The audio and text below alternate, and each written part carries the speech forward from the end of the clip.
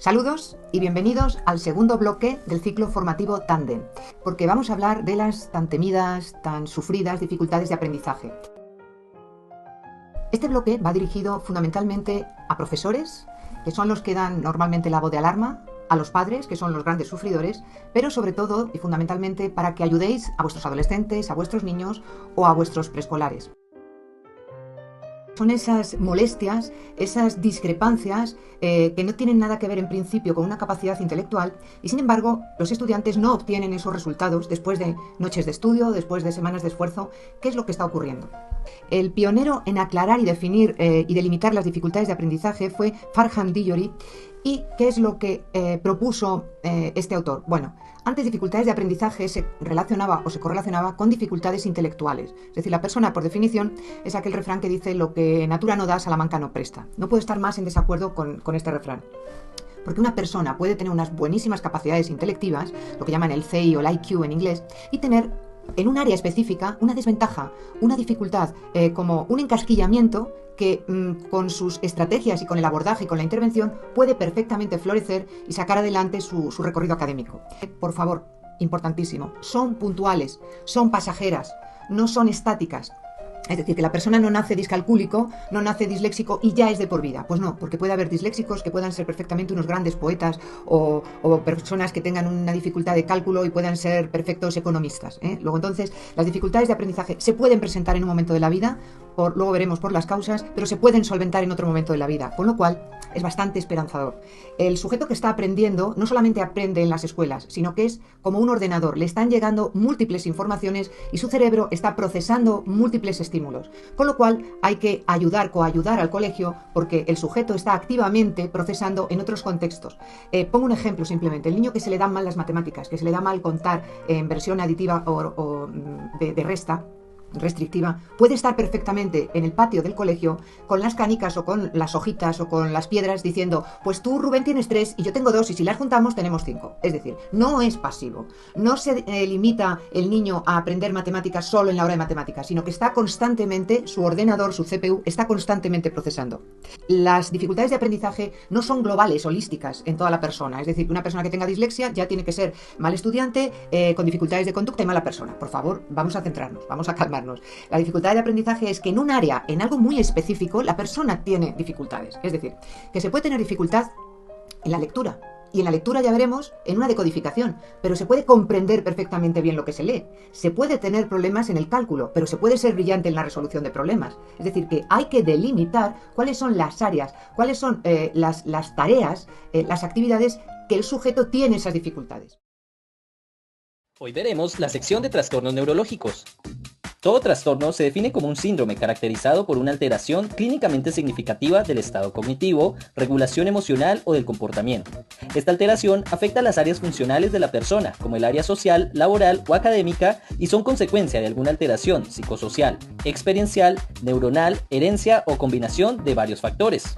La discapacidad intelectual, que también se le conoce como trastorno del desarrollo intelectual o anteriormente conocida como retraso mental, es un trastorno que inicia en el periodo del desarrollo y afecta el funcionamiento intelectual y adaptativo.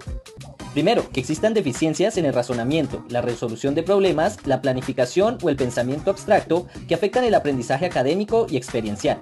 Estas deficiencias se deben haber comprobado mediante una evaluación psicométrica con pruebas de inteligencia estandarizadas y cuyos puntajes estén por debajo de 2 desviaciones estándar de la media poblacional. Por ejemplo, en escalas Wechsler ya se puede identificar algún problema a nivel intelectual cuando se obtiene un CI por debajo de 69 puntos y en el Binet de 68. Deficiencias en el comportamiento adaptativo que se sale de los estándares de lo socialmente aceptado. Esto afecta la autonomía de la persona, el cumplimiento de normas y responsabilidades y la interacción social, ya sea en la escuela, el trabajo o la sociedad. Los trastornos de la comunicación se dividen en 4 categorías: el trastorno del lenguaje, el trastorno fonológico, de fluidez de inicio en la infancia o tartamudeo y de comunicación social o pragmático. Debemos tener en cuenta que estos trastornos pueden presentar deficiencias en el lenguaje, habla y comunicación. Todos estos trastornos tienen criterios diagnósticos en común. El primero de ellos es que el inicio de los síntomas debe darse en las primeras fases del desarrollo. El segundo es que estos trastornos no sean consecuencia de un deterioro auditivo sensorial, disfunción motora que afecta al lenguaje en cuanto a recepción, procesamiento, interpretación o producción, o sea resultado de alteraciones congénitas o adquiridas, como una parálisis cerebral, paladar hendido, hipoacusia o sordera, traumatismos cerebrales, ictus, tumores o cualquier otra deficiencia médica o neurológica, y no se explica mejor por otro trastorno mental como la discapacidad intelectual, el espectro autista o un retraso global del desarrollo. En el trastorno del lenguaje o disfasia se presentan dificultades en la adquisición y uso del lenguaje en todas sus modalidades, hablado, escrito y de señas, debido a deficiencias en la comprensión o la producción del lenguaje. Estas deficiencias incluyen un vocabulario reducido, por lo que puede no conocer ni usar las palabras. Además, su estructura gramatical es limitada o se le imposibilita situar palabras y terminaciones en su lugar para formar frases, lo que lleva a un deterioro del discurso, por lo que no puede usar su vocabulario para iniciar o continuar un tema de conversación. El trastorno del espectro autista se caracteriza por presentar los siguientes criterios diagnósticos. El primero está relacionado con deficiencias persistentes en la comunicación e interacción social. El segundo, que se presenten intereses limitados y comportamientos repetitivos. Como ya es usual en los trastornos del desarrollo neurológico, estos criterios deben presentarse en las primeras fases del periodo del desarrollo. Estas causan un deterioro en las áreas importantes de funcionamiento y además no se pueden explicar por otros trastornos mentales, aunque el espectro autista suele tener comorbilidad con la discapacidad intelectual, que se identifica porque además de esta, la persona presenta un deterioro en la comunicación social. Aún se desconocen las causas del trastorno del espectro autista, pero los investigadores sugieren que la interacción de genes e influencias ambientales pueden afectar el desarrollo de este.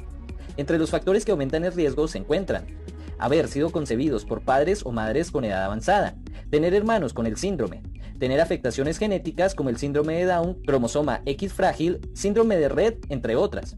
El TDAH se caracteriza por presentar un patrón persistente de inatención y o hiperactividad que interfiere con el quehacer de actividades.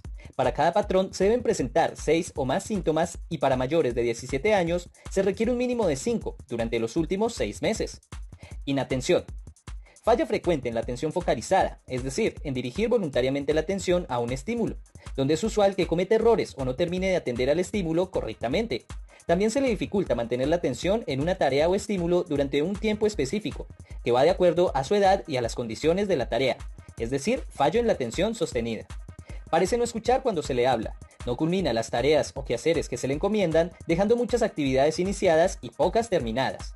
Dificultad para organizar actividades y tareas, para cumplir con un plan de trabajo establecido y en el manejo del tiempo. Tiende a evadir tareas o actividades que le demanden esfuerzo cognitivo. Además, con frecuencia pierde cosas necesarias para realizar sus actividades académicas o laborales, como lápices, llaves, libros, etc. También suele distraerse con facilidad por estímulos externos, incluyendo pensamientos no relacionados a la tarea que está ejecutando, y también es normal que olvide actividades cotidianas como atender a una cita, devolver una llamada, hacer tareas, etc.